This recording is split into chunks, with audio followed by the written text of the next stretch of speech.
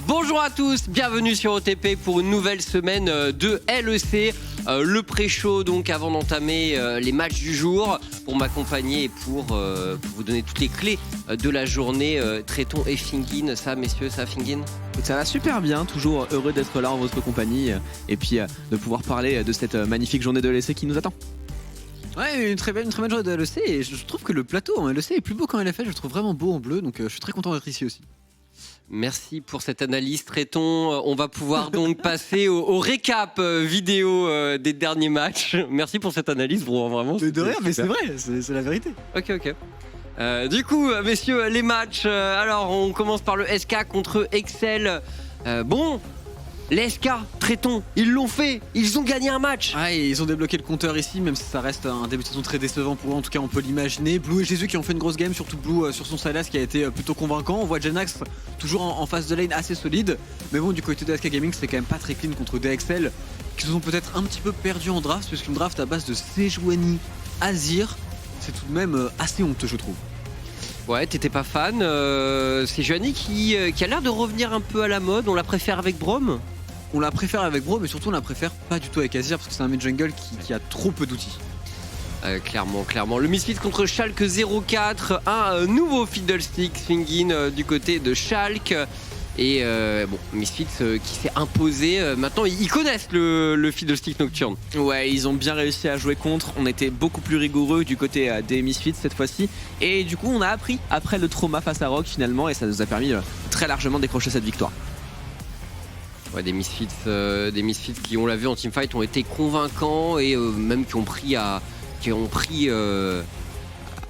leur compte leur league game. Razor Kirit toujours très convaincant. Razor Kirit vraiment très très fort. Vander grosse game de Alistar et les Misfits de leur côté tout roule et on imagine que ça va peut-être pas continuer cette semaine parce qu'il y a de gros matchs. Il y a des gros matchs, très très gros tests bien sûr pour les Misfits, on en parlera après. Le Astralis contre Rogue, l'occasion pour les Rogue normalement de flexer, mais ça n'a pas été si évident que ça. Fingin, notamment Larsen qui fait un match très moyen et la draft dans l'ensemble des Rogues qui nous a pas convaincu. Du speed push, pas vraiment d'engage, pas de moyen de créer trop de jeux, c'était poussif.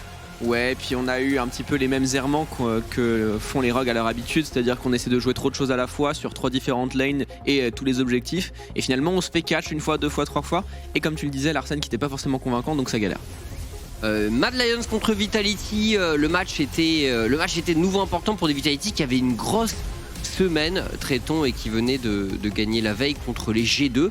Et contre Mad, on s'impose également avec la Evelyn de Selfmade. Ouais, et quel draft de leur côté. Viego Evelyn qui a plutôt bien fonctionné, qui arrive à prendre des resets assez rapidement. Et pourtant, leur game était absolument catastrophique. Pour les deux, on était en 0-2 très rapidement dans le match. C'était très difficile contre un humanoïde qui s'était mis bien avec son Rise. Mais derrière, en teamfight, Leader a réussi à être très très clutch. Et même tout Vitality a réussi à se remettre d'aplomb pour remporter cette game avec au passage une botlane qui a tout de même kill en 2v2 et qui a été très dominante pour Crownshot et la Brove. Absolument, et le G2 contre Fnatic, Fingin, forcément le classico européen, il était très attendu, et les Fnatic qui nous sortent un petit Tariq des familles qui fait un énorme boulot, notamment sur ce teamfight. G2 a beaucoup essayé, ils ont dominé à un moment du match, mais la draft avait une date de péremption. Complètement, et ce Panthéon qui n'a pas du tout finalement marché pour Mixx, qui a en plus récupéré des shutdowns, qui n'a pas permis derrière au G2 d'offrir de réelles opportunités, et finalement des Fnatic qui prennent la victoire d'une manière extrêmement convaincante. Est-ce qu'il ne serait pas temps pour Wunder d'enfin désinstaller WoW? Oui, ça fait plus longtemps. Ça fait un petit moment qu'on en parle, bien entendu. Et on a aussi Caps qui a été, je pense, qui a fait cette semaine de l'EC la plus décevante avec une game de Gwen, une game de Nocturne qui a été depuis le début. Moi je pense que c'était sa pire semaine de l'EC ever. Ouais, possible. Le classement, messieurs, avant de passer à la suite du pré-show. Misfits seul en tête avec une très grosse semaine qui arrive. Fnatic, Rogue en deuxième position, Mad Lion G2, Vitality juste derrière.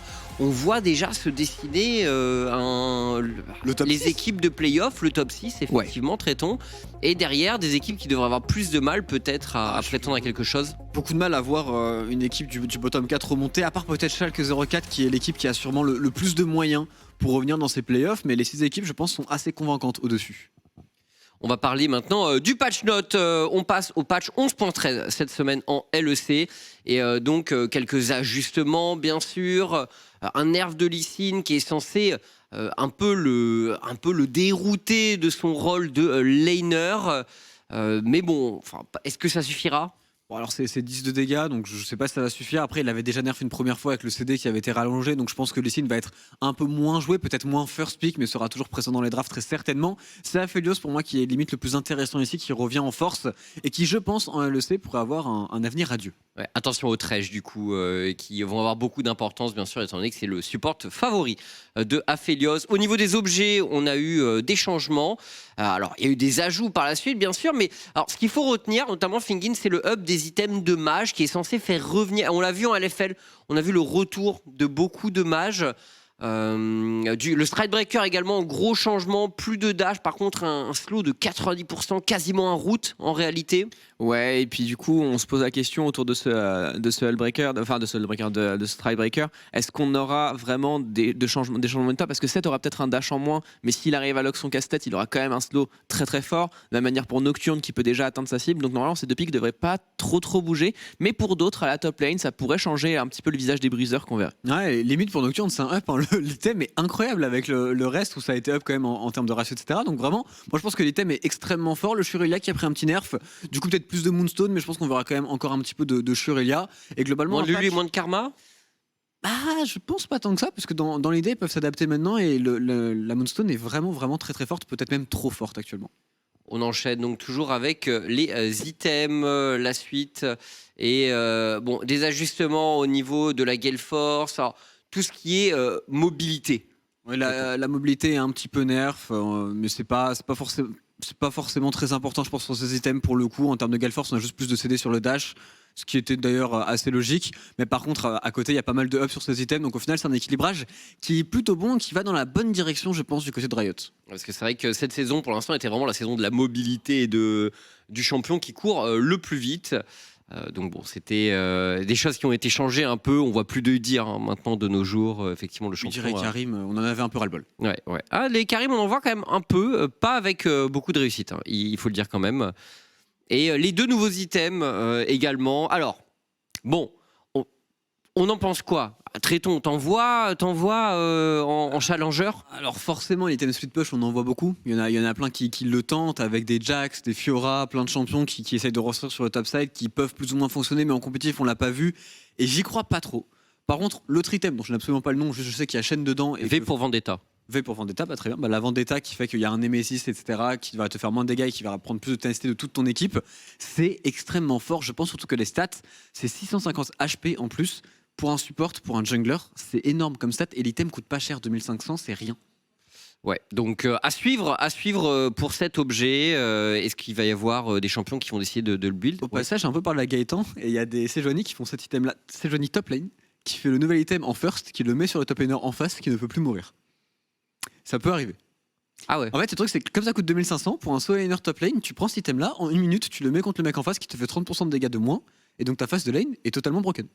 Et ton split push, tu ne peux pas le perdre parce que le mec te fait 30% de dégâts en moins et t'as un tank, donc c'est horrible. Ok. Ah, ok. On verra. Hein. Est-ce que ces items vont sortir ou pas ? C'est vrai que c'est une grande question. On n'en a pas vu en LFL, mais peut-être que le LEC nous révélera d'autres choses. L'agenda de la journée. Alors, quels sont les matchs qui nous attendent, messieurs ? Eh bien, le Vitality contre Astralis, a priori, Fingin.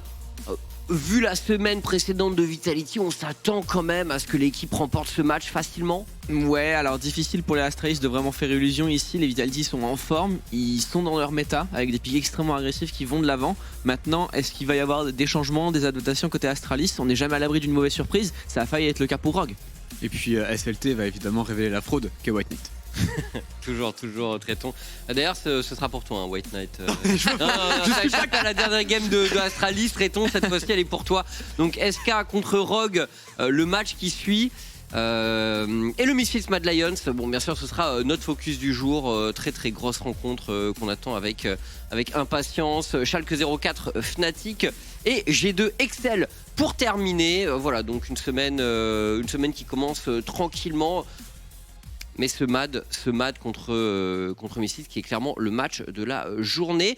Il y a eu des changements, messieurs, du côté de Excel également, il faut le dire. Markoun et Advienne, 2 jeunes joueurs de l'académie qui montent en LEC. Traitons un commentaire. Markoun, un joueur sur lequel tu nous as dit beaucoup de bien. Quelques statistiques de son côté. On en pense quoi de Markoun? Alors, il a été ranké du leader, il est très très bon mécaniquement. C'est assez bizarre de le voir avec ses top champions Udyr et Carry, mais c'était pour la méta d'avant. Mais en vérité, c'est un jungler vraiment carry. C'est vraiment un jungler qui sont On voit Sanida. Extrêmement mécanique. Par contre, en termes de teamfight, en termes de passing, etc., il peut être un petit peu en retard par rapport au niveau LEC. Je pense qu'il est vraiment très très juste pour le niveau de jungle LEC tout de même. Ouais, pas sûr que. Enfin, on va voir. On va voir si ce changement aura vraiment un bon impact pour les Excel. Advienne le support, jeune joueur également, qui boxe dans ta catégorie. Donc, traitons. Qu'est-ce qu'on en pense? Très, très sympathique. Pour le coup, Advienne, il demande pas mal de conseils, etc. Il va parler avec beaucoup de support dans le leader. Il a très très bien progressé. Il y a 2 ans, il n'avait pas du tout le niveau qu'il a aujourd'hui.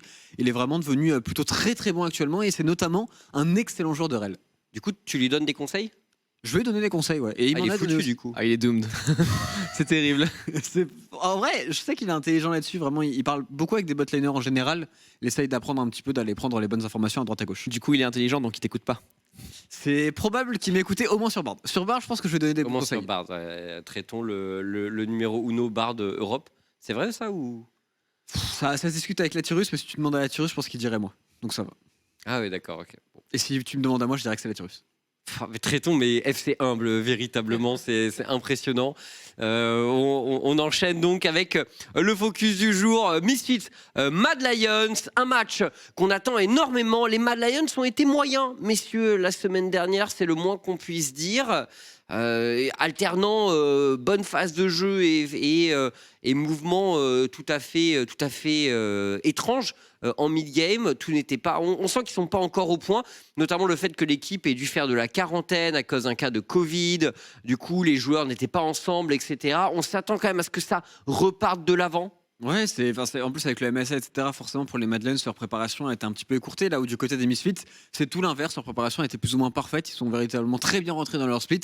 Et toute la question, on va voir si les Mad Lions, avec le talent brut, un peu moins de training peut-être, sont capables d'aller chercher quand même des Misfits. Je pense que Mad Lions reste favori sur le papier, même si Misfits est promis. On en pense quoi, Fingin? Parce que finalement, Mad a quand même en général nous a montré peut-être des meilleurs early games. Mais quand même, revenons un peu sur un peu. Alors, le mid-game de l'équipe, les early, on voit quand même de bonnes stats, malgré une équipe qui, encore une fois, ne semble pas encore à son maximum. Petit comparatif avec les playoffs du Spring. On peut voir quand même que Mad s'en sort mieux en réalité. Bah, les early de Mad, je les trouve super convaincants, mais je trouve que vraiment cette transition vers le mid-game et vers le milieu fin de partie est quand même assez criminelle. Et j'ai pas envie de trop blâmer le joueur non plus, mais Carzzy fait quand même des grossières erreurs, tout particulièrement face à Vitality où il se fait catch plusieurs fois, alors que sa game était quasiment gagnée finalement. Et je te rejoins à ce niveau, hein. Carzzy, niveau assez discutable en ce moment pour le carry AD des Mad. De toute façon, c'est comme toujours avec Carzzy et même avec Humanoid. Pour moi, c'est vraiment le même profil de joueur, sauf que Humanoid à son prime est vraiment très très bon, ce qui est peut-être un peu moins le cas de Carzzy, mais tout de même, il a aussi montré de belles choses au MSI, donc il est quand même en progression, je pense. Tu dirais que Humanoid est autant sur courant alternatif que Carzzy? Ouais, carrément. Alors ouais. Pour le coup, dans sa carrière, Humanoid. Sur le global, mais en ce moment c'est quand même Carzzy. Et en fait, ce qui est très frustrant, c'est que Carzzy a fait un super MSI, tu vois. Et genre là, pour le coup, tout son early saison, bah il se fait catch une fois sur deux. Et genre Kaiser, il est obligé de porter sa botlane tout seul, quoi. Oh, je vous trouve dur avec Carzzy. Quoi? Moi je te trouve super dur avec Humanoid. Non, Humanoid il run down des games, il a toujours run down des games. Bah, est-ce qu'il en a run down là? Oui, sûrement. Faudrait regarder, mais sûrement. Et Carzzy, la semaine dernière, il a aussi fait une game à 0 mort qui était très clean. Donc il a fait les deux, quoi, mais comme d'habitude. Et comme Humanoid. T'es trop un fanboy d'Humanoid. Faudrait que tu regardes les games, mon bro. Un fanboy d'Humanoid, c'est une honte. Mais comment ça, je suis un fanboy d'Humanoid? Le mec est objectivement un monstre. Oui, son niveau maximal est plus. C'est la même discussion, mais pour moi, en termes de cours alternatif, c'est la même chose pour les deux joueurs. Je peux pas être d'accord avec ça, même si parfois Humanoid int, c'est sûr. Du coup, on va enchaîner avec la top lane entre ces deux équipes. Irit contre Armut. Alors messieurs, Armut, c'est pas la grande forme, clairement. On est loin de son prime du Spring Split. Fingin, bon, on le voit quand même, ça gagne sur Renekton, ça gagne sur Nocturne, c'est quand même des champions très en vogue. Son Jace, par contre, pas convaincant. Ouais, Armut, il a quelques petites difficultés en phase de lane. Pour le coup, c'est peut-être le joueur où on a l'impression vraiment de voir cette fatigue côté MSI, où déjà, il s'est fait un petit peu chahuter, la reprise a été plus compliquée. Et pour le coup, il y a des top laners qui en veulent derrière, tout particulièrement son vis-à-vis, Irit, qui risque peut-être de faire la différence ici. Ouais, il hérite très très gros top laner et Armut aussi sans Gnar, c'est dans une méta qui lui convient un chouïa moins. Pourtant, jouable, Gnar en Corée, il est beaucoup joué. Mais en Europe. On le voit pas, on n'ose peut-être pas le sortir et il y a quand même des champions qui sont actuellement très forts sur top lane et c'est intéressant parce qu'il y a beaucoup de choses qui sont jouables. On a vu Armut aussi qui essayait de jouer par exemple des Karma, Lulus, c'est pas forcément non plus sa méta pour ça. On enchaîne donc toujours sur ce match-up de la top lane avec Irit. Alors Irit, on l'a vu, Viego, Renekton, Gwen, des champions sur lesquels il est très très performant. Hein. Tous ces nouveaux champions de la méta qu'il a parfaitement apprivoisé, Fingin. Ouais, complètement. On sent qu'il est en maîtrise, qu'il est en confiance tout particulièrement, et on voit le snowball de Irit. Il y a certaines phases de lane, pareil, où il était. Il n'est pas à 100% de win rate sur Gwen. Hein, je suis d'accord. Il était peut-être un peu chahuté sur certains moments. Mais on l'a vu en particulièrement, genre sur ce tout premier match de la saison face à Adam, où au final il est tombé face à un joueur qui était solide et qui a réussi à le tenir. Mais derrière, on trouve vraiment des bonnes early phases et qui lui permettent de snowball derrière. Ouais, très très fort, l'un des plus mécaniques et avec des nouveaux champions comme Viego et Gwen, pour le coup, ça lui correspond, je pense, parfaitement. Surtout que ça a l'air d'être un fast learner pour le coup. Ouais, on est d'accord. Et la top lane va vraiment être importante, hein, étant donné que actuellement Misfits joue beaucoup pour le top. On voit Razork qui a tendance à beaucoup déborder sur la top lane, où là où Armut est un peu fragile, donc il pourrait vraiment. Au niveau de cette top lane, il va se passer des choses. Clairement, on a une petite kill map également à vous proposer, histoire de mesurer l'impact des deux top laners du début de la game à 15 minutes. Et on voit Irit qui a énormément d'impact, messieurs, beaucoup plus que Armut. Mais il est vraiment en grande forme. Il est en grande forme et surtout quand il a le push sur la top lane, en général, il l'utilise pas forcément que pour lui, il l'utilise aussi pour rester sur la mid lane. C'est pour ça qu'il y a autant de kills autour de VTO. Il se regroupe avec Razor, qui prend des dives, pourquoi pas, il le fait très très bien. Et je pense que c'est la grande force des excellents top laners et notamment les gros joueurs de Camille. À chaque fois, dès qu'il y avait un avantage sur sa phase de lane, on essaie de le transmettre à son équipe. Ce qui fait, je pense, tout particulièrement bien. Là où Armut va plus des snowballs juste son nez, des snowballs sur une tourelle avec des appels à Elioya qui va l'aider à snowball lui directement. Et le duel entre Razork et Elioya également très attendu, bien sûr, entre ces deux équipes. Les deux junglers espagnols, Razork qui fait un début de split absolument tonitruant, et Elioya, je pense personne n'a loupé son entrée en matière, bien sûr en LEC, lui qui s'est hissé dans le top des junglers dès son premier split, champion pour son split de rookie. Mais Fingin, Razork, qui fait vraiment un début de split de fou furieux. Un peu comme tout Misfits finalement, on a sur un joueur qui joue très bien avec sa mid lane, qui joue également bien avec son support et qui arrive à trouver des opportunités. Top également. Enfin, il est extrêmement pertinent en tout cas sur ses capacités à aller chercher les premières agressions, et du coup ça trouve un snowball, des first blood et du coup la capacité à snowball immédiatement par la suite. Et on voit un peu le profil de Jungle Prox des deux joueurs. Pas de très gros écarts en réalité entre les deux. Donc bon, ça va être un match vraiment passionnant, je pense, entre les deux. Mais parlons un peu plus de Razork. Donc forcément, Elioya, il a été sous les spotlights. On l'a vu au Spring Split. On l'a vu, il remporte le Spring. Il va au MSI représenter l'Europe. Mais Razork, traitons, quel début de split de sa part. Il est impressionnant. Ouais, il progresse très très bien depuis son arrivée en LEC. Je pense qu'on n'aurait pas forcément attendu qu'il devienne un si bon joueur actuellement. Et il est vraiment en grande forme. Je pense que son Lee Sin aussi a été assez excellent. Et de voir un joueur sortir Lee Sin dans cette méta en jungle, ça montre qu'il a confiance en lui, qu'on lui laisse aussi de l'espace du côté du coach, du côté de Misfit. Donc vraiment tout roule pour eux. Et quand tout roule dans une équipe, tout roule dans la jungle. Oui, en tout cas, actuellement, c'est clairement le cas du côté de Elioya. On a vu le pool de champions un peu de Razork, assez complet. Alors que du côté de Elioya, Fingin, on a l'impression quand même que le Volibear marche très très bien pour Elioya. Et il y a ce Rumble et il y a Karim, mais on voit moins de diversité que pour Razork par exemple, et pas une grosse efficacité sur Rumble. Le Karim marche pas, donc on a l'impression qu'Elioya pour l'instant il est un peu Volibear centrique. Et puis voilà. Tu sens peut-être cette non-adaptation complète à la méta du 11.11, 11.12 sur leur lead saison de Elioya. On a quand même eu beaucoup de choses à rattraper après le MSI. Il y a quand même eu un gros shift. Dans la jungle en particulier, le Rumble qui est vraiment devenu très core, là où il était plus anecdotique, accompagné de Morgana ou Diana du côté MSI. Et le Rumble qui, de toute façon, de base, ne marchait pas trop pour Elioya et qui, vu qu'il est au cœur de méta, doit être joué. Et si on n'est pas forcément confiant avec le champion, bah derrière, ça marche pas trop du côté Mad Lions. Voilà, la méta qui change un petit peu en jungle qui pourrait peut-être lui plaire, je pense, mais c'est étonnant de ne pas le voir tenter des choses, tenter du Viego, de la Gwen même dans la jungle. Du Xin. Oui, du Xin aussi, mais je pense que c'est un joueur qui a largement un cap de carry, c'est un joueur qui a sorti Kayn en Spring Split. Donc pour moi, c'est un peu étonnant de voir Eolia vraiment cantonné sur des pics aussi orientés pour l'équipe. Alors justement, le Volibear pour Elioya, qu'est-ce que ça donne sur ce champion? Voilà, petit comparatif de son efficacité entre ce pic et ses autres pics, et on voit un gouffre tout simplement. Et il a un V9 en early game, il est vraiment très très fort, il est présent sur énormément de kills en général avec son volley, il prend de l'avance très tôt dans le match. Vraiment, c'est son champion du moment et on l'attend performant sur d'autres. On attend un petit peu le lien au tournant. En plus, contre Razork, avec la fibre espagnole, il y aura forcément un véritable duel et une véritable rivalité, je pense. Et si ce Volibear est ban, est-ce que Elioya va réussir à trouver quelque chose d'autre, hein? C'est la grande question de ce match tout de même. Ouais, en fait, ce qui est marrant, c'est que pour par exemple Clid côté Genji, on était aussi sur une grosse Volibear duty. Il joue beaucoup Voli, c'est vrai. Et du coup, justement, lorsque Voli est ban ou alors qu'on veut pas s'orienter autour de ce dernier, on se réoriente bien du côté de la Diana pour les Genji. Et je pense que ça pourrait être une opportunité pour Elioya parce que ça, c'est pas la même tankiness certes, mais c'est le même setup. Tu vas all-in pour engage pour tes coéquipiers et ça peut permettre aux Mad Lions de snowball par-dessus.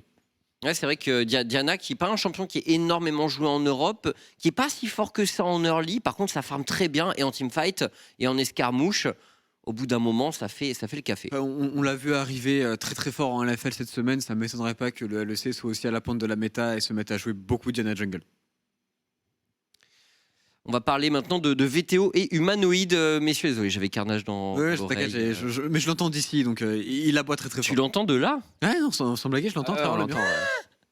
VTO humanoïde, messieurs, c'est bien sûr un des match-ups qui nous intéresse le plus dans cette rencontre. Humanoïde, le meilleur mid de la ligue pour l'instant. N'en déplaise à Tréton. Non, c'est VTO, regarde. 13 de KDA à 3, genre. Il y a pas de match. Non, on s'en fout, je regarde le KDA, c'est le KDA qui est important. Donc tu as un KDA player, très exactement, le KDA il a gagné. Très bien. Mais c'est sûr que Vincent a un KDA de fou furieux, mais humanoïde, convaincant en lane, très impactant en teamfight, roam beaucoup en early game, fait énormément de dégâts pour son équipe, joue énormément de l'avant, on voit le forward pourcentage quand même 31%, c'est énorme. Pour Vincent, la problématique commence dès la lane. C'est effectivement la faiblesse que les Misfits ont reconnue et VTO le premier. La phase de lane parfois n'est pas forcément idéale, il y a des petites erreurs qui traînent encore et c'est les ajustements à faire pour être sûr de pouvoir être extrêmement dominant, encore plus qu'ils ne le sont actuellement selon moi. T'en penses quoi, Tréton, cette phase de lane entre les deux joueurs? Le match-up va être très très important, forcément, c'est toujours comme ça que ça. C'est pour moi, si VTO arrive à avoir un champion qui est dans son pool, sur lequel il est confiant, il n'y a pas de raison qu'il se fasse non plus exploser. Par contre, si on le force un petit peu sur un champion en dehors de son pool de champions, pour le coup, Humanoid va être véritablement dominant dès la phase de lane. Et ne surtout pas oublier que si Humanoid est dominant, il y a un Razor qui est un Humanoid qui s'avance un petit peu trop, qui grille d'un kill, qui rate un petit peu ses games, qui int un petit peu. Razor qui pourrait largement en profiter. Et devenir frauduleux. Alors, là, il n'y a aucune. Dans ce match, il y a. Il n'y a pas vraiment de fraude. Il y a peut-être des fraudes du côté de Misfits très vite fait, mais du côté de Mad Lions, il n'y en a pas. Qui du côté de Misfits, serait-on? La botlane en phase de lane pourrait se faire expose, je pense, à un niveau peut-être plus élevé. Par Kaiser, à chaque fois, et pour l'instant, ça n'a pas du tout été le cas du split. Ouais, c'est clairement. Mais enfin, si, contre Rogue, quand même, ils ont pris cher. Mais ils ont bien tenu. Ils ont pris cher plusieurs fois, mais ils gagnent quand même parce que leur top side fait le travail et parce que surtout, ils sont très très forts. Après, en mid-game, Vander fait un super travail de roaming et Kobe est très très bon en teamfight. Mais en phase de lane, ils sont quand même pas aussi dominants qu'un 6-1 devrait le laisser paraître.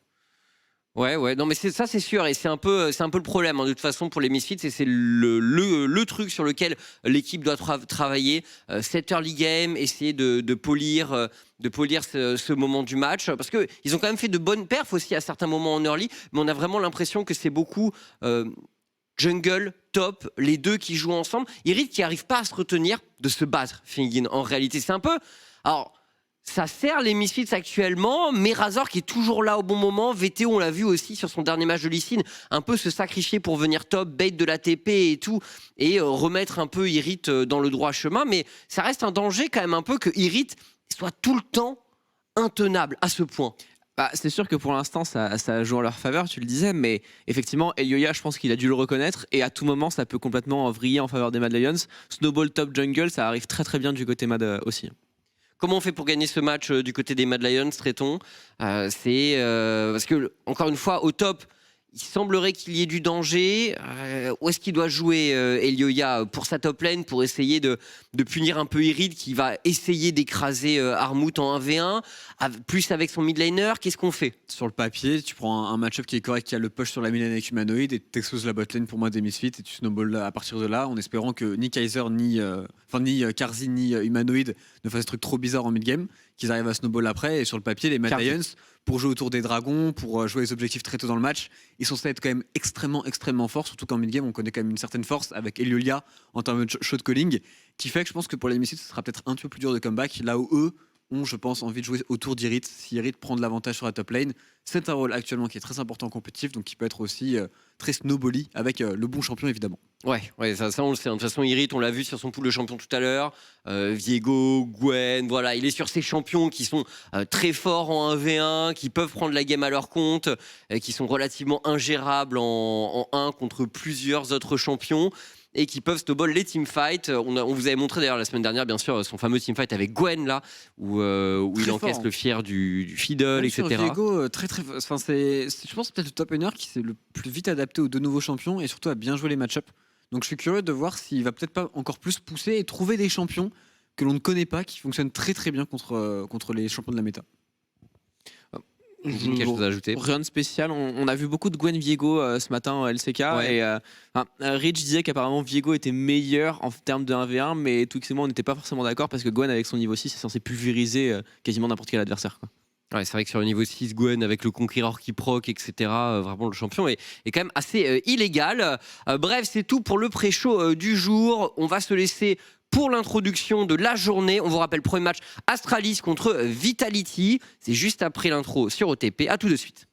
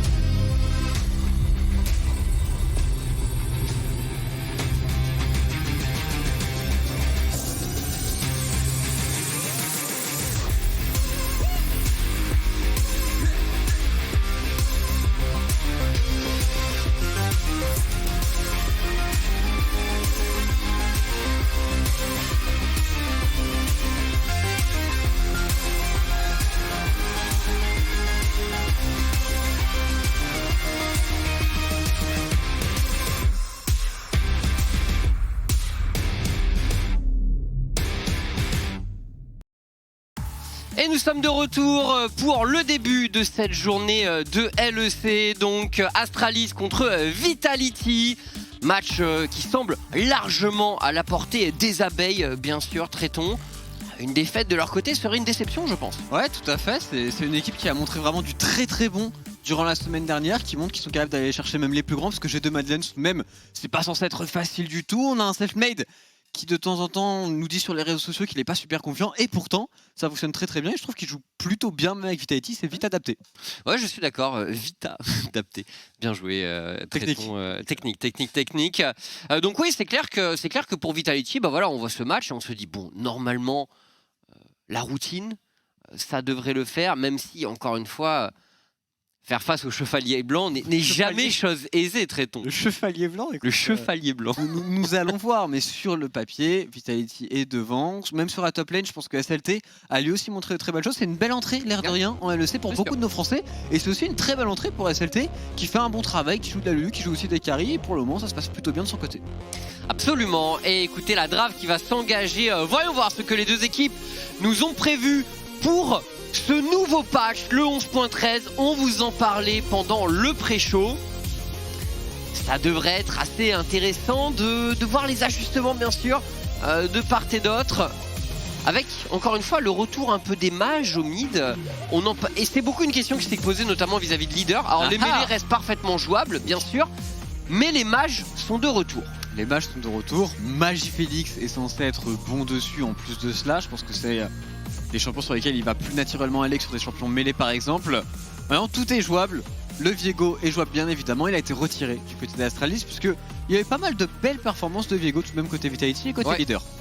Absolument, c'est un champion avec lequel Vitality est très à l'aise. Le Lee Sin qui est ban par les Astralis. Il ban White Knight qui n'a plus de champion dans ce match. Que va-t-il faire? First pick de Thresh. Oh. On on partira a priori sur un Thresh Aphelios. Le Nocturne a été ban, comme on vous le disait en pré-show, avec les changements du Stridebreaker. Le champion est encore plus prioritaire qu'avant. Donc on devrait encore énormément le voir. Et le Lucian Rumble pour le mid-jungle des Vitality. Pourtant Rumble tout de même, en termes de clé, on est d'accord qu'il est passé le patch sur son bouclier. Je pense que oui, à moins que ce soit le patch actuel et que je sois totalement dans le faux, mais on va vérifier tout cela avec au passage de Lucian de leader qui est l'un des seuls ranges qui joue actuellement. Il a joué aussi le reste, ça s'était bien passé pour lui. Ouais. Il joue le Lucian maintenant. Honnêtement, il avait fait une belle perf dessus et évidemment, le Thresh Aphelios du côté de Jesclave Promiscu, lane très dominante, lane très forte actuellement. La lanterne qui permet à Aphelios de pas mal s'exprimer en teamfight plus tard dans la partie. Et donc effectivement, nerf du bouclier, c'est bien sur ce patch 11.13, donc le délai de récupération du bouclier qui augmente. Il était à 6 secondes avant, ça passe à 7. Et au fur et à mesure des améliorations, tu peux arriver jusqu'à 6, justement au rang 5. Mais énorme nerf, parce que du coup tu ne peux plus stacker ta chaleur au niveau 1, donc par rapport au camp de jungle c'est beaucoup plus compliqué. Et en plus de cela, le speed a été nerf aussi, donc dans la jungle, c'est véritablement un gros nerf je pense, qu'a pris le Rumble ici. Et donc le Akali et Aphelios, on s'y attendait, la Akali qui est donc draftée pour Magifélix. Et on voit alors Akali contre Lucian. Attention, le match-up est difficile sur la Mylène, on a eu l'occasion de le voir récemment de toute façon. Ah, même l'une des meilleures Akali d'Europe, VTO, s'était fait beaucoup bouger en face de N par un Lucian, c'était quasiment impossible à jouer. Caps aussi avait eu beaucoup de mal dans ce même match-up. Et on retire pendant ça du côté des Vitality, Skarner pour Zanzara bien évidemment. Et bon, pas de ban Trundle, ce sera plutôt un volley qui est bien plus dans la méta évidemment. Oui, clairement. Le Ezreal qui a été drafté pour les Vitality et pour Crownshot, qui autorisera peut-être un champion. Parce que là, quand même, il va falloir du CC un peu pour les Vitality, des champions pour setup le reste de l'équipe. Et on pense à un Rakan peut-être du côté de la Brof. Il part sur Nautilus. Donc on part sur une approche un peu plus phase de lane. Sur le papier, Nautilus contre Thresh actuellement, c'est un champion qui fonctionne très bien. Là où Rakan aurait eu plus de mal, mais aurait peut-être été plus agréable à jouer en phase de la game. Ouais, complètement. Hein. C'est donc comme tu as dit, plus une optique de phase de lane a priori. La Renekton. La lane Nautilus Ezreal, j'avoue que je suis pas forcément fan. C'est pas un duo qui fonctionne tout particulièrement ensemble. Est-ce que c'est un duo qui pourrait gagner la priorité contre Aphelios Thresh? On n'y croit pas trop? J'y crois très peu. Au niveau 3, ça peut gagner les all-in si vraiment Promiscu se positionne mal. Par contre, en termes de 2 contre 2 pur et dur, Aphelios Thresh devrait l'emporter, en tout cas sur la priorité, sur le push de wave, sans aucun souci. Le Renekton donc, et... En vrai, s'il y en a un qui peut le sortir, le Ramus c'est Zanzara. C'est vrai. Le Ramus revamped. Du coup, son fameux Trundle à Zanzara, mais il n'y a pas trop de tank dans l'équipe adverse. Mais c'est la 3e fois, il a joué 2 fois déjà. Et à chaque fois c'était contre Rumble, et encore une fois c'est contre Rumble. C'est vrai. Donc peut-être qu'il a trouvé un truc. Mais vraiment, on est surpris à chaque fois parce qu'on se dit que ça n'a pas vraiment de. Ça n'a aucun intérêt. Je vois pas. Voilà, il va voler la résistance du Nautilus, qui est quand même pas mal. Et le GP côté SLT. Ah ouais. Qui est lock contre le Renekton de Chevalier Blanc. Renekton, il est particulièrement connu dessus. Ah. Alors ça me fait plaisir, tu connais ton histoire, Tréton, c'est vraiment beau. Mais il a fait un pentakill sur Renekton au Spring. Ah ouais? Ouais. C'est le seul joueur en Europe qui a dû faire un pentakill sur Renekton, c'est dingue. Ouais, c'est dingue. Hein. Ah, c'est vraiment très très fort. On va voir ici SLT avec son pirate lui mettre des gros coups de pourparler et totalement l'exploser en face de l'aine, en tout cas. Je l'espère, je dois l'avouer. La Astralis qui a une draft même à base de Akali Aphelios sur le papier qui semble être extrêmement forte, extrêmement méta. Du côté des Vitality, on joue un petit peu différemment. On est resté sur Rumble Scan. Ouais, une draft avec pas beaucoup de CC finalement pour les Vitality. Une draft un peu d'artiste effectivement, où j'ai l'impression qu'on va beaucoup se baser sur le mid-jungle notamment et la possibilité de dominer. Il va falloir une nouvelle fois que Selfmade et leader ait beaucoup d'impact dans la game, parce que si c'est pas le cas, le teamfight des Astralis me semble énorme. Et on est parti pour le premier match de la journée.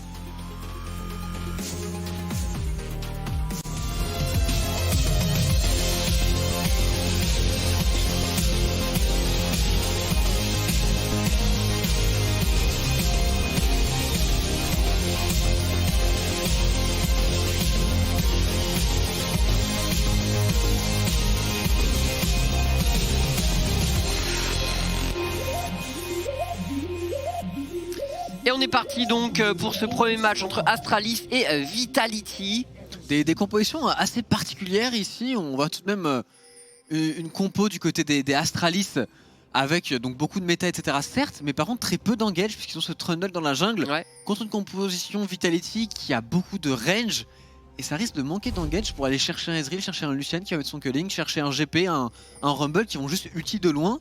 Et de mon point de vue, exploser la Aphelios qui va avoir beaucoup de mal à jouer dès qu'il n'y a plus de lanterne. Ce Aphelios est gratos. C'est vrai, mais la Akali, si elle est pas trop mal dans sa game, elle a quand même une game. Enfin, il y a que le Nautilus qui peut être gênant, elle est assez free quand même. La Akali est assez free, maintenant c'est pas si simple, parce que dans son shroud il y a des barrels de GP et il y a un Rumble qui sont des champions qui fonctionnent tout de même bien contre Akali pour pouvoir lui mettre le DPS en permanence.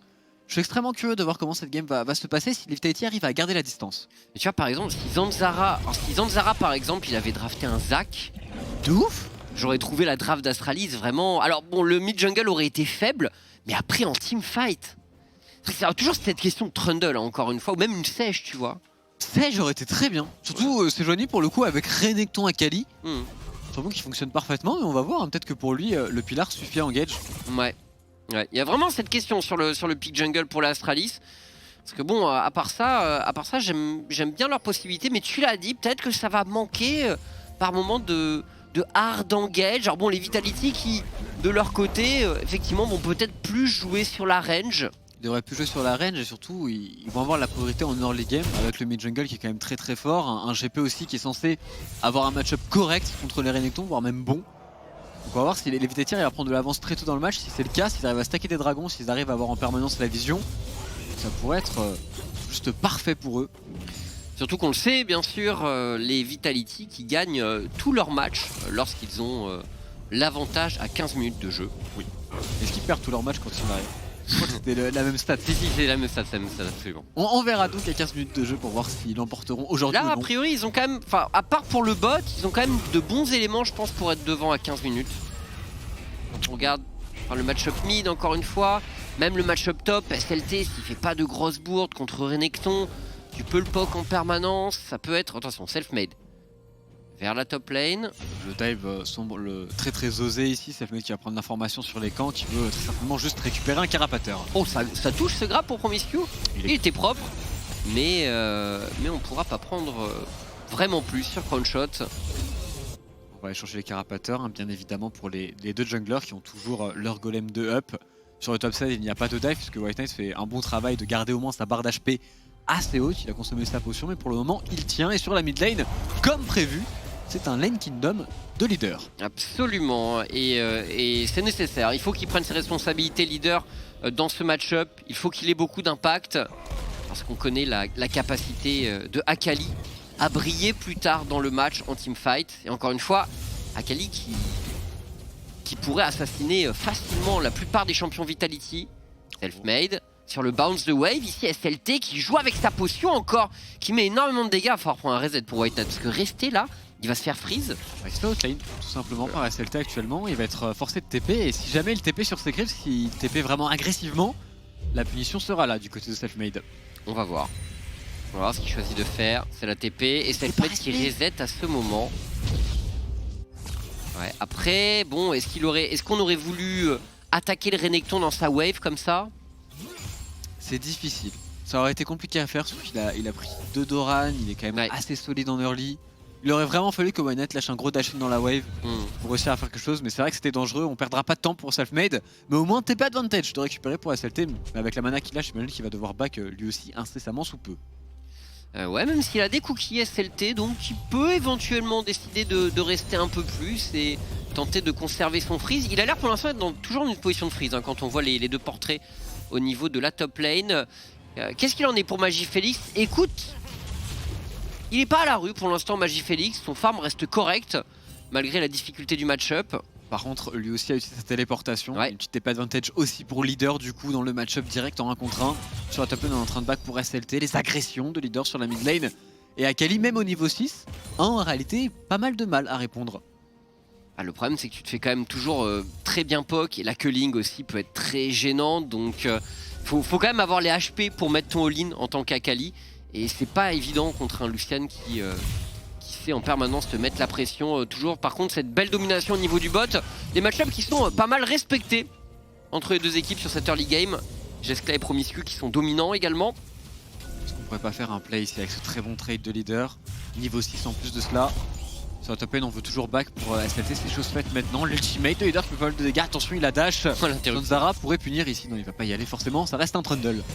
Ça reste trundle, la première plaque ici qui tombe en faveur de Leader. Gros travail vraiment du mid laner des Vitality pour l'instant. Et le pull du dragon pour Zanzara. Confiant dans la priorité de sa bot lane notamment, c'est vrai que Promiscu et Jeskla nous font un gros boulot. En termes de farming, on prend un petit peu de large, ils ont une wave d'avance. Actuellement, Crouchshot a plus beaucoup de mana, donc on ne pourra pas du tout contester ce dragon, même si encore une fois il y a des cookies si jamais il le voulait, mais on va préférer récupérer des ressources pour Selfmade qui prend le carapateur topside et qui récupère son niveau 6. Magifélix qui voulait reset, mais c'est pas une wave canon, donc le reset était quand même assez sauvage pour lui. Il va rester sur cette wave, on a plus stack de potions rechargeables de son côté. On passe au niveau 6 tout de même pour Magifélix. Leader est niveau 7 là de son côté. Il a pas encore TP Leader. SLT lui a cramé sa téléportation sur le topside et du coup pour Promiscu, on tente un roam, pourquoi pas, on a peut-être aussi peur d'une invade sur le blue buff et Promiscu est juste ici pour la défense. Ce qui est assez intelligent en réalité parce que l'invade est tout à fait possible pour les Vitality qui ont pression top, pression mid. Clairement, avec un GP qui peut mettre son ulti et qui peut... Attention ici, le passage au niveau de la top lane, la lanterne, donc ça va être compliqué de s'en sortir a priori pour SLT. Est-ce que NoFrenchie peut réussir à faire quelque chose? Et le first blood est là en faveur de White Knight, ce redoutable joueur de Renekton qui prend le premier kill du match et ça lui donne un peu d'air. Quoi? Je vante son Renekton, il a fait un pentakill dessus. Il a réussi à récupérer un kill, ça le remet bien dans sa phase de lane ici, malgré ses 16 de retard. On va revenir sur la map du côté d'SLT. Le fait qu'il ait réussi à clear la lane fait qu'au final c'est pas bien grave. Bon roaming tout de même de Promiscu qui a bien senti, belle lanterne de sa part. Ils arrivent à punir le topside. Par contre pendant ce temps là, Leader lui va récupérer 2 plates sur la mid lane et se met très bien avec son Lucian. Ouais, 2 plaques, 20 CS d'avance en faveur de Leader. On est bien dans le match. Mais Magifélix qui prend pas de risque, qui sait que son heure peut venir. De toute façon je pense que vraiment la consigne chez Astralis ça reste bon en early game. Effectivement la botlane met de la pression pour le top et pour le mid. On encaisse, sachant qu'ils ont vraiment, c'est des champions qui ont des très gros power spikes dès un item à Akali et Renekton. Et on attend son heure un peu, mais on va voir un Vitality qui finalement 200 gold d'avance. Pour l'instant on n'est pas vraiment devant collectivement, mais Leader est bien dans son match, ça c'est sûr. On a Magifélix qui peut partir à l'agression ici. Besoin de se retaper, attention au décalage des botlane, la botlane Vitality est là bien plus tôt. Ouais, SLT c'est très dangereux ici, SLT qui se retrouve en contre 3 sur l'ultimate. Il a un flash, mais c'est compliqué, SLT qui sont complètement emballés sur cette phase de jeu quand même. L'ulti de Selfmade qui fait des dégâts. On va rester en place. Ah, White Knight a bientôt son ulti. Est-ce qu'on peut gagner du temps? Attention au trash de Promiscu qui va les flancs en plus, c'est une mauvaise position ici pour les Vitality. Attention, alors qui a pris le héros de la fight? Zanzara qui devrait tomber sur cette phase de jeu. White Knight qui n'a pas encore son ulti. Il n'a pas encore son ulti et il devrait tomber. Oui, c'est le kill en faveur de Vitality. 2-2, attention. Magifélix un premier kill sur cette main. Est-ce qu'il peut prendre plus? Magifélix, on n'a plus l'ulti. Attention la brave, le flash in de Magifélix. C'est un peu loupé sur ce cul de pain. On y retourne, le double kill ici. Et Leader en difficulté, le flash in de Promiscu. Il force le flash out de Leader. Et cet Akali qui se met extrêmement bien. Notons tout de même que le héros de la faille a été récupéré par les Vitality, mais la Akali est à 2-0. Laquelle est à 2-0, c'est un véritable problème. Les Astralis qui, je pense, n'ont pas joué optimalement et cette phase de jeu, ça aurait pu être encore mieux pour eux en 4 contre 3 tout de même. Ils auraient pu attendre un peu plus l'ulti du Renekton, notamment, ça s'est joué à quelques secondes. Ils auraient pu aussi plus attendre le trash de Promiscu. Ouais. Mais bon, les Vitality ont tout de même bien pris en termes de mécanique, sont très bien engage. Ce fight, ils ont récupéré, comme tu as dit, le héros de la phase qui va permettre très certainement à Leader au passage de faire tomber la tour de midlane très tôt. Parce que 2 plates ont déjà été retirés à cette tour. Absolument. Il est là l'axe de snowball des Vitality sur la prise de la tour mid. Et SLT qui s'est complètement perdu quand même. C'est très certainement de la com ici où du côté des Vitality on est en mode on a le support qui arrive en premier, il faut démarrer un fight mais on se fait one shot beaucoup trop rapide. Par contre très dommage quand même que Magifélix utilise son ulti pour ce premier kill. Oui. En soi parce que s'il avait son ulti là, Astralis aurait peut-être perdu moins de joueurs. Et même en effet le fait qu'il n'y ait pas d'ultimate sur ce Renekton, ça se joue à problème. 2-3 secondes là, même pas. Le bon tout de même de Promiscu pour re-engage après sur self-made et là pour Labra et pour Leader on se trompe un petit peu à essayer de re-engage alors qu'on aurait pu juste s'en aller je pense. Ça leur coûte assez cher et pendant ce temps là on a vu bien évidemment le héros de la faille utilisé sur la mid lane et Leader qui se met super bien parce que la tourelle est tombée. Donc en termes de gold, ce Lucian est Gucci. Ouais, la Gale Force est complétée d'ailleurs pour Leader. Donc oui, il est massif dans ce match. Mais il va avoir affaire à une Akali qui n'est pas hors de sa game, or qui est loin derrière quand même. Hein. Plus de 1500 gold de retard pour Magifélix. Mais il va bientôt avoir son premier item. Et à partir de là, il pourra quand même jouer. Faut le mettre en side, on l'imagine un peu plus tard dans le match avec Thresh Aphelios qui devrait contrôler facilement au niveau de la mid lane. On va voir aussi l'optimisation de Leader qui sera très intéressante. Voir comment il veut cette game. Au bout du rouleau. Ouais, au bout du rouleau, du coup ça veut dire qu'il veut jouer en side. Ouais. Au bout du rouleau juste contre Akali, je suis pas forcément fan. Ouais, seulement contre un champion AP. Je te rejoins, je suis pas... Peut-être aussi qu'il a juste fait le Magic Mantle juste pour tenir. Ouais. Peut-être. Bon, les dégâts de Leader ici, oui, très convaincant sur Magifélix. Le solo kill Leader qui va chercher ce solo kill et sans doute une T2 au niveau de la mid lane. Attention à une accélération tout de même d'Astralis au niveau du bot. Labrov qui est contrôlé par Promiscu. Pour Labrov il y a un flash mais on ne l'utilisera pas. On est condamné sur cette phase de jeu. Oh c'est dommage de laisser le kill à Zanzara. Son ultimate, il y avait le red buff sûrement qui a pris le kill. Ouais, le dot, ouais les dots. Le dot malheureusement pendant ce temps là. Très belle opération de même des Vitality. On a récupéré un dragon pour cette main et Leader a pris la T2 sur la mid lane. Ça va être très difficile de jouer maintenant pour les Astralis sans tourelle au niveau de la lane du milieu. C'est vrai, mais bon... Leader est vraiment big, mais c'est le seul à l'être en réalité chez les Vitality. Beaucoup de responsabilités pour lui. Oh, shot de bon combo ici qui ne se laisse pas faire Zanzara. Attends, le shot il va faire... Ah bah oui, le Divine Thunderer a été nerf, c'est vrai, pour les ranges. Ouais, il fait Trinité. Ouais. Normalement, les Ezreal maintenant font Trinité. Ouais, c'est vrai, Divine Thunderer nerf, logique. Je pense que c'est aussi un bon choix, sauf que la Trinité a été un petit peu modifiée aussi avec la MS. Au final, les stats en plus sont très bien pour Ezreal. Quasiment tout le monde en solo queue actuellement build Trinité Ezreal. Intelligemment, je pense.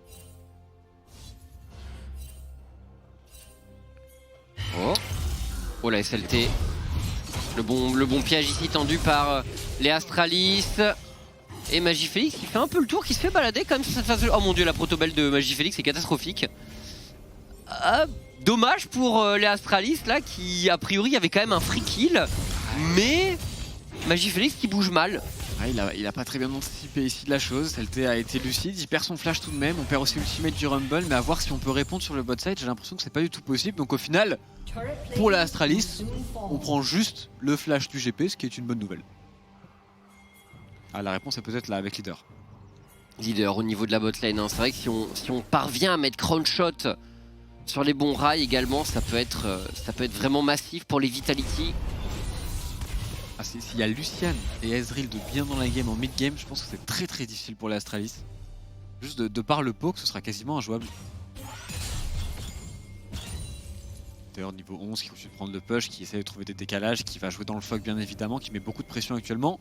On a pris son back pour Crownshot qui a son premier item avec la Trinité. Leader, faut décaler pour essayer de trouver des dives. On le voit, il essaie de se rendre disponible avec Selfmade là.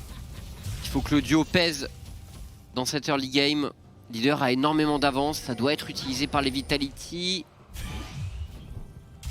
On met de la pression sur la prise de vision. Zanzara qui joue très bien le coup, qui va récupérer cette pick ward assez gratuitement. On prépare potentiellement le prochain héros de la faille qui respawn incessamment sous peu.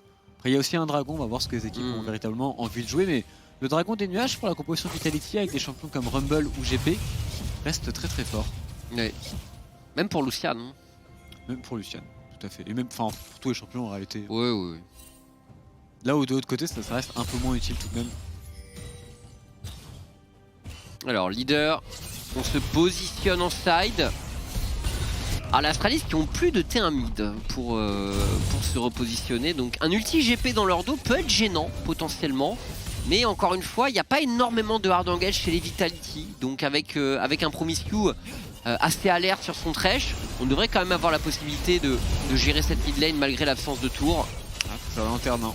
Sur Promiscue ici, pour surtout pas trop s'avancer, le héros de la faille qui est engagé par Jesla et ce fameux Promiscue, il sera récupéré sans le moindre problème, ce qui est un petit peu dommage parce que je pense que c'est un bon fight ici à prendre. Zanzara est loin, attends, Zanzara est loin quand même, hein. Je suis pas sûr pour Astralis. Ah ouais, ok. Alors ils ont pas de vision donc ils respectent les C'est un ulti Ezreal. On les a connus plus tranchants pour aller prendre des fights et en l'occurrence Ouais. je pense que leur composition actuellement est peut-être un peu plus forte sur ce timing. Bah, surtout, en fait, ils ont Leader qui est vraiment huge. Juste un ultimate de Leader accompagné d'ultimate GP Rumble, ça fait déjà très très mal. Astralis, ouais.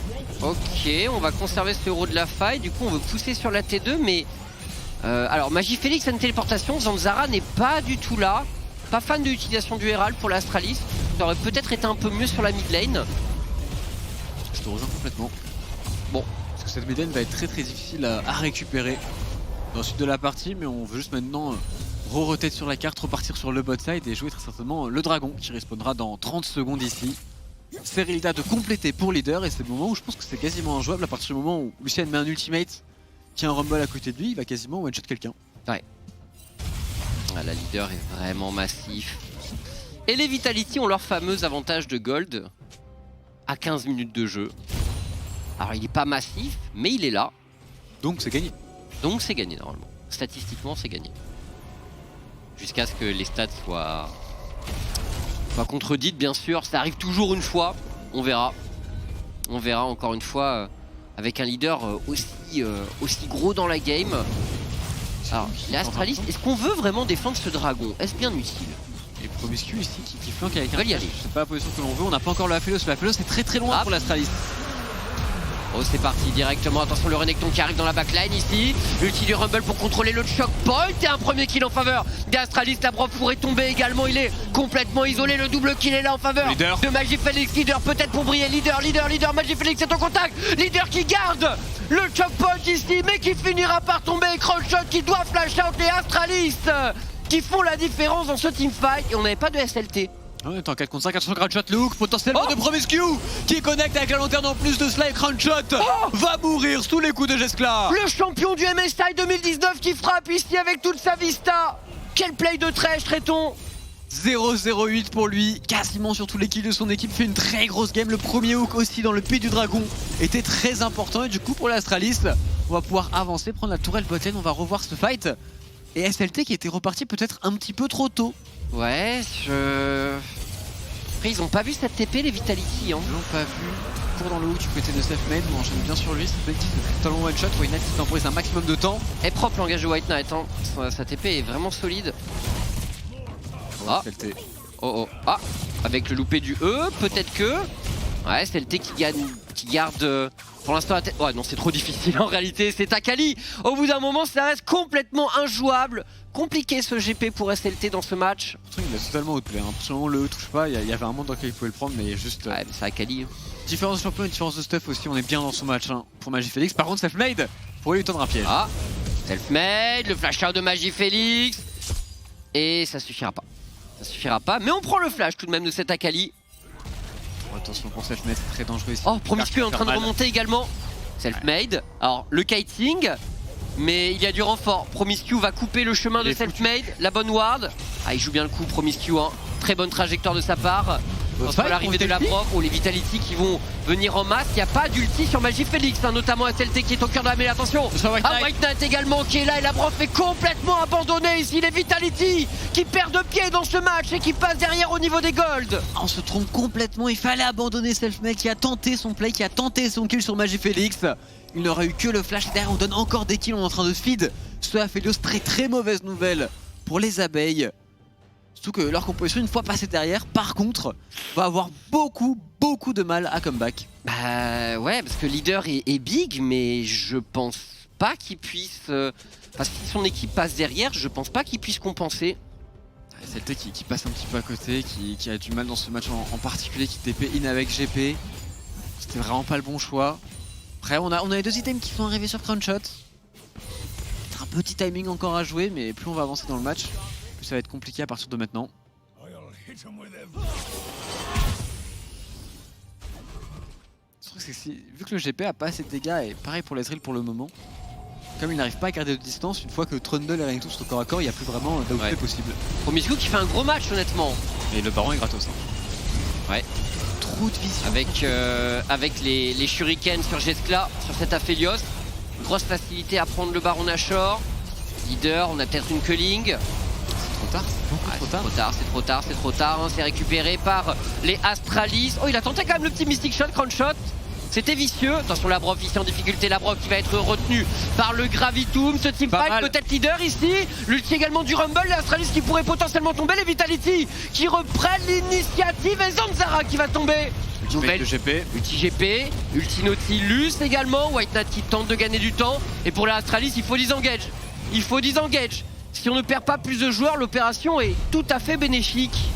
Ouais, on a vu ce fameux combo quand ils arrivent à garder de la distance, à ultimate de loin avec le Rumble, avec le Lucian ici, les dégâts étaient présents.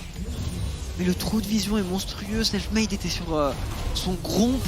Ouais. Il y a quand même un baron Nashor qui est bien trop gratuit, bien trop facile au Astralis.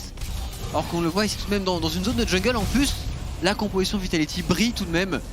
Maintenant contre un baron Nashor avec un Ezreal en plus de cela, je vois mal comment on s'en sort. Fight sur des waves, ça va être beaucoup plus difficile pour les abeilles. Et on s'escape bien, on met une belle lanterne du côté de Promiscu, on a bien joué le coup pour Astralis.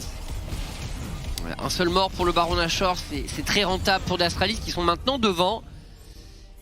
Et qui vont pouvoir bien tenter de faire fructifier le baron Nashor. Magifélix contre SLT. Bon bah là c'est solo kill a priori. Hein. Ah, il gagne du temps, est-ce que son équipe va arriver en premier?